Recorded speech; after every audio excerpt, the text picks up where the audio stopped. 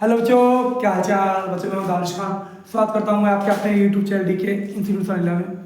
तो क्या बच्चों, आज हमको पढ़ना है क्लास 12 का फिजिक्स में चैप्टर नंबर 1 चल रहा है जो एनडी की ओर आ चुका है। एक दो क्वेश्चन है, आज खत्म, आज एक कल में खत्म हो जाएंगे। चैप्टर का नाम है इलेक्ट्रिक फील्ड एंड चार्ज, विद्युत आवेश एवं क्षेत्र। इस चैप्टर को हमने बहुत ही आराम एक एक वीडियो में बनाया है, एक एक क्वेश्चन में बनाया है।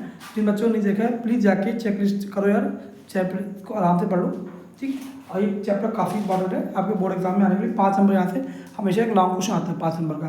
आप किसी भी बोर्ड से, CBSE से हो, यूपी बोर्ड से हो, जिसमें भी हो आप कर सकते हो, ठीक है। और जो बच्चे इंग्लिश मीडियम वाले हैं वो भी देख सकते हैं। लैंग्वेज का तो लैंग्वेज तो वही होती है, बस थोड़ा सा लैंग्वेज फर्क होता है, बाकी कैलकुलेशन तो वही होती है बेटा। चलो शुरू करते हैं। क्वेश्चन दिया गया, एक समान आवेशित बेलन समतल चादर के कारण, बेलन बता रहे हैं, एक समान आवेशित समतल चादर के कारण विद्युत क्षेत्र की तीव्रता का व्यंजक। चलो शुरू करते हैं बड़ा से। तो मेरे पास समतल चादर थी, समतल आवेशित चादर इस तरीके से, ठीक है।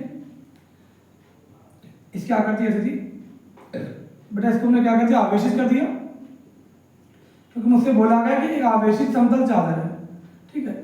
और इसको इस तरीके से हमने ऐसे कर लिया, ये चादर को इस तरीके से कर लिया, ठीक है, घुमा दिए पट करके। चलो देखो आगे, क्योंकि एनसीईआरटी में ऐसे बना हुआ है। अब देखो हमने क्या किया, इसका बिंदु इस पर इसको आवेशित कर देना, इसको भी हमने आवेशित कर लिया, ठीक है। और प्यारे बच्चों, अगर आपने हमारे चैनल, अपने चैनल डीके इंस्टीट्यूट सनीला को सब्सक्राइब नहीं किया है तो प्लीज़ यार सब्सक्राइब को, लाइक और शेयर करो, सब्सक्राइब करो, ठीक है। इस बिंदु इसके मध्य बिंदु O से, मान लो बिंदु O है, R दूरी पे एक बिंदु P स्थित है, क्या, जहाँ पे हमें विद्युत क्षेत्र की तीव्रता निकालनी। और यहाँ से इतनी दूरी पर एक P डैश ले लेते हैं और P और P डैश को लेकर एक बेलन की रचना करते हैं, ठीक है। क्या करते हैं बेटा, बेलन की रचना करते हैं। इस तरीके से हम एक बेलन की रचना कर लेते हैं, देखो, ठीक है। और यहाँ पे बना दें P डैश और ये P, ठीक, सॉरी P हो गया। आप आई होप किसी बात समझ में आ गई होगी आपको, ठीक है। अब तो लैंग्वेज लेकिन हम बता रहे हैं, माना कि एक समतल चादर है जो समान रूप से आवेशित है, इसके मध्य बिंदु O से R दूरी पे एक बिंदु P स्थित है, जहाँ पे हमको विद्युत क्षेत्र की तीव्रता ज्ञात करनी है। जितनी दूरी P तक है, R से P तक है, उतनी दूरी R से एक बिंदु लेते हैं P डैश मान लेते हैं, और P डैश लेकर एक समान आवेशित बेलन की रचना कर लेते हैं, क्योंकि बिना करे वो गॉस की बल में सिद्ध नहीं हो पाएगी, ठीक है। अब देखो चलो आ गया, अब इसमें क्या करते, देखो यार, इसको S1 ले लिया, सरफेस को S2, ये S3 बेटा है, लेकिन क्या वो मालूम है, इसके अंदर का जो विद्युत फ्लक्स होगा वो शून्य हो जाएगा, इसके स्लोप पर भी विद्युत फ्लक्स रहेगा। तो शुरू होता है तब दोनों स्लोप पर, बेलन के दोनों स्लोप पर चुंबकीय फ्लक्स, तब दोनों स्लोप पर विद्युत फ्लक्स, ठीक है। इसको हमने क्यों नहीं लिया बेटा इस वाले को, क्योंकि ये शून्य हो गया, अंदर ले सकते हो, कोई दिक्कत नहीं। अब तो क्या यूनिट डाटा आपको पता है, विद्युत फ्लक्स का फॉर्मूला क्या होता है, फाई E बराबर ES cos थीटा, ठीक है। यहाँ पे दो लोग हैं, हम दो लगा लेंगे, ठीक है। तो phi E equal to ES1 cos theta plus ES2 cos theta, ठीक है। क्या होगा बेटा, ES1 और ES2 cos थीटा हो गया। अब देखो जितना सरफेस एरिया ये, उतना सरफेस एरिया ये, जितना सरफेस एरिया इसका है उतना इसका बेटा। तो यहाँ क्या लगेंगे, S बराबर S1 बराबर S2, दोनों बराबर हो जाएंगे। एंगल की बात ही नहीं करते, एंगल 90 हो जाएगा तुम्हारा, 90 इक्वल 1 हो जाएगी, ठीक है। सॉरी बेटा होता है cos 0 हो जाएगा, ठीक है। क्या होगा cos 0,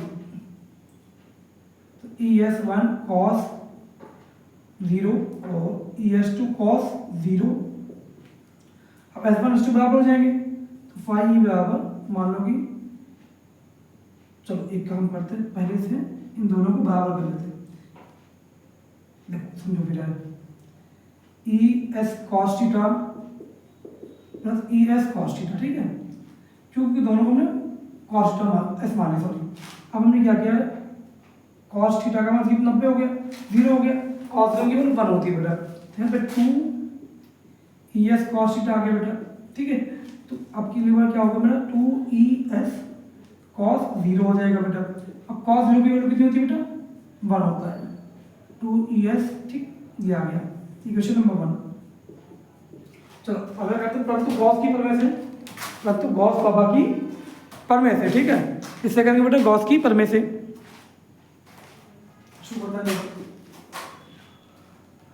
परंतु गॉस की प्रमेय से, ठीक है, गॉस की प्रमेय आपको याद ही होगी। ये क्या होता है? फाई इक्वल क्यू बटे F phi naught. Equation number 2 हो गया है ये 1 और 2, ठीक है। अब बेटा समझ में क्या होगा यार, ठीक है, तो इन दोनों को एल से बराबर है तो आर से बराबर हो जाएंगे। क्या चाहिए बेटा? आर से बराबर हो जाएंगे। लगता है तो सब गड़बड़ हो गया, माइक थोड़ा चेंज कर फटाक से, माइक गड़बड़ है इसके लिए। चलो ये लगाते हैं और फिर से एक बार समझा देंगे आपको, तो लिख लें एक बार फिर से आपको हम समझा देंगे, ठीक है। ठीक है, या बस 1 मिनट। हाँ चलो ठीक, अब सही हो गया। अब मैं इसको एक बार आपको फिर समझा दूंगा, पूरा क्वेश्चन को पूरा कर लेता हूँ, फिर करता समझाता हूँ आपको, फिर समझाऊंगा आपको फिर से एक बार।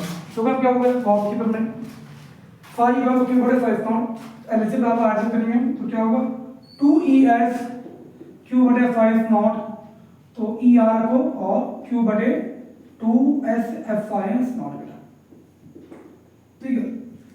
ये समतल चापा है एक, क्या तुम्हारा ये पृष्ठ है ना, पृष्ठ के लिए क्या होता है अक्षर सिग्मा ए बेटा। इससे पहले आप लोग पढ़ चुके हो, देख लेना सिग्मा ए।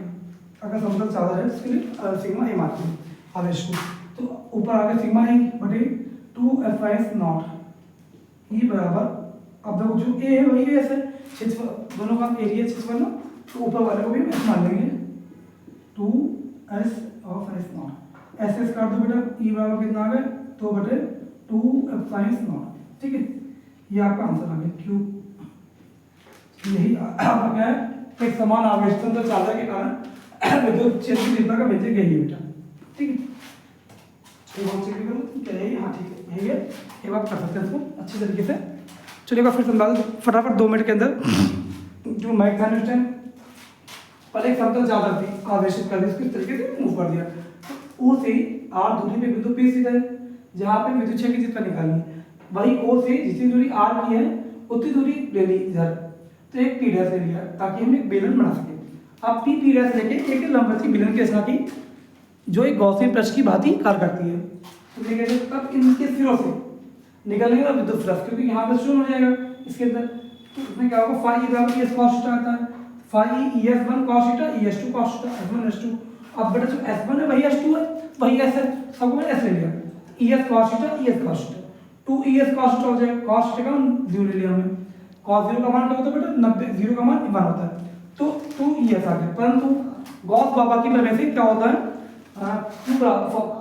क्या ये फाई बराबर क्यू बटा फाई नॉट, तो 2 अब हमने क्या एल से बराबर आर से कर दिया, देखो 1/2 से 1/2 से आर से बराबर कर लिया, ठीक है। हमने एल से बराबर तो आर से बराबर कर दिया, तो 2ES बराबर क्यू बटे फाई नॉट, 2S में चले आए। अब क्यू की वैल्यू क्या होगी सिग्मा इंटू ए, और एस और ए दोनों बराबर है बेटा, काट देंगे तो सिग्मा बटे 2F नॉट, ठीक। ये होगा क्या विद्युत क्षेत्र की तीव्रता समतल चादर के कारण विद्युत क्षेत्र की तीव्रता किसी बिंदु पर। तो मैं प्यारे बच्चों मिलते हैं आपसे इसी प्रकार के नेक्स्ट वीडियो में। Thank you for watching video. कल से हम लोग एक क्वेश्चन रह गया आपको इस चैप्टर का, इसके आगे हम लोग लेसन 2 पढ़ाएंगे, ठीक है। मिलते हैं आपसे इसी प्रकार नेक्स्ट वीडियो में। Thank you for watching video. और दोस्तों बच्चों को आपने अपने चैनल देखिए इंस्टीट्यूट फर्टिला को सब्सक्राइब नहीं किया तो प्लीज़ यार इसको लाइक करो, शेयर करो, कमेंट करो और सब्सक्राइब जरूर करो, ठीक है। मिलते हैं नेक्स्ट वीडियो में, थैंक यू।